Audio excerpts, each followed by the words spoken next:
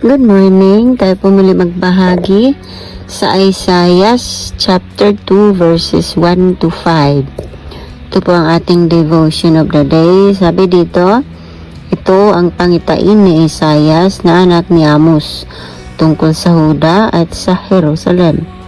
Sa mga darating na araw, ang bundok na kinatatayuan ng templo ni Yahweh ang magiging pinakamataas sa lahat ng bundok at mamumukod sa lahat ng burol.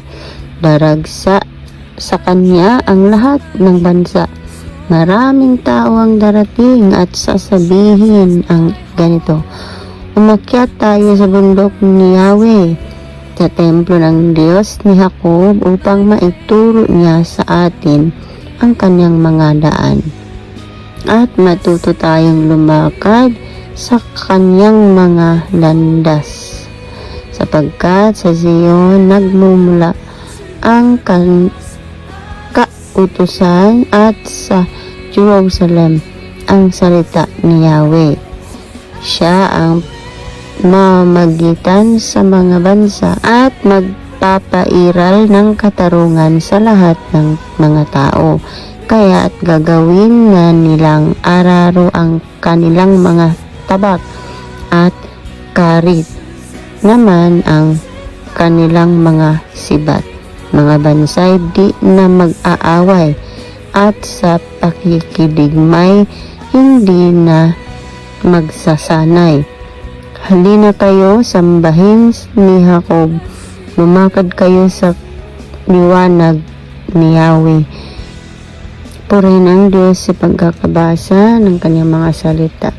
Pinapakita sa atin sa verse na ito na tatanggapin ng Panginoon yung mga nanumbalik o manumbalik sa Kanya. Wala siyang pipiliin at patatawarin. Ang pangako nga niya dito, i-restore niya for those who repent.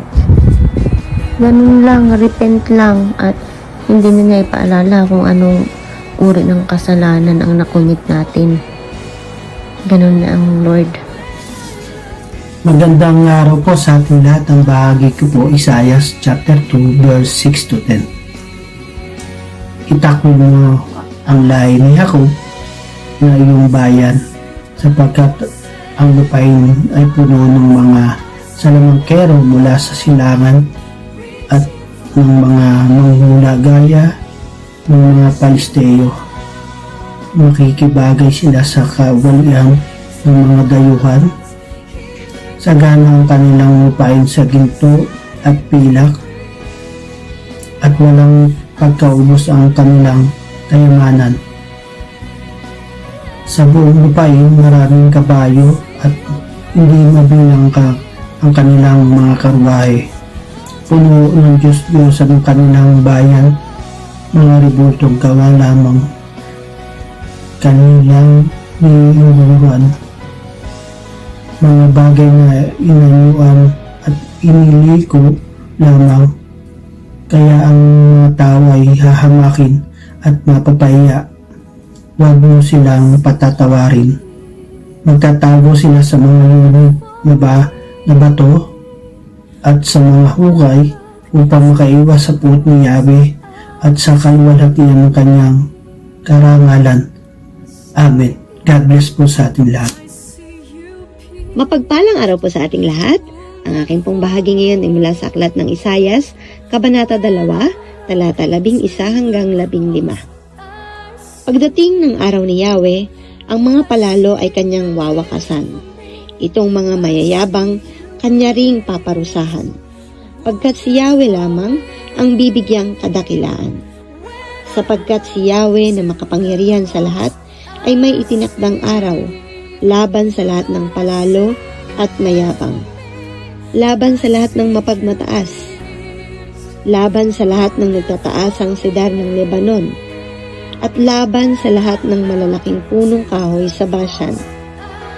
Laban sa lahat ng matataas na bundok at mga burol.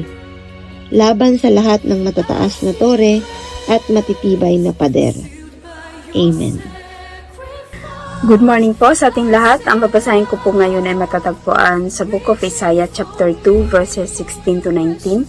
Ang sabi po dito, laban sa mga malalaking barko at magagandang sasakyang dagat. Pagdating ng araw na iyon, ang mga palalo ay papahiyain at ang mga maharlika ay pababagsakin, pagkat si Yahweh lamang ang dapat dakilain at mawawala ang lahat ng Diyos-Diyosan. Magtatago ang mga tao sa mga yungib na bato at sa mga hukay sa lupa upang kanilang matakasan ang puot ni Yahweh at ang kaluwalhatian ng kanyang karangalan kapag siya'y nagbangon upang sindakin ang daigdig. Amen. Purihin po ang Panginoon sa pagkakabasa ng kanyang mga salita.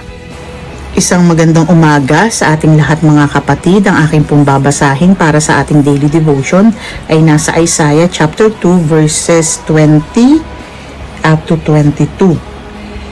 Sa kaarawang yaon ay ihahagis ng mga tao ang kanilang mga Diyos-Diyosang pilak at ang kanilang mga Diyos-Diyosang ginto na kanilang ginawa upang sambahin sa yungib ng mga bilig at mga paniki, upang pumasok sa mga puwang ng malalaking bato at sa mga bitak ng mga malalaking bato sa harap ng kakilabutan sa Panginoon at sa kaluwalhatian ng kanyang kamahalan.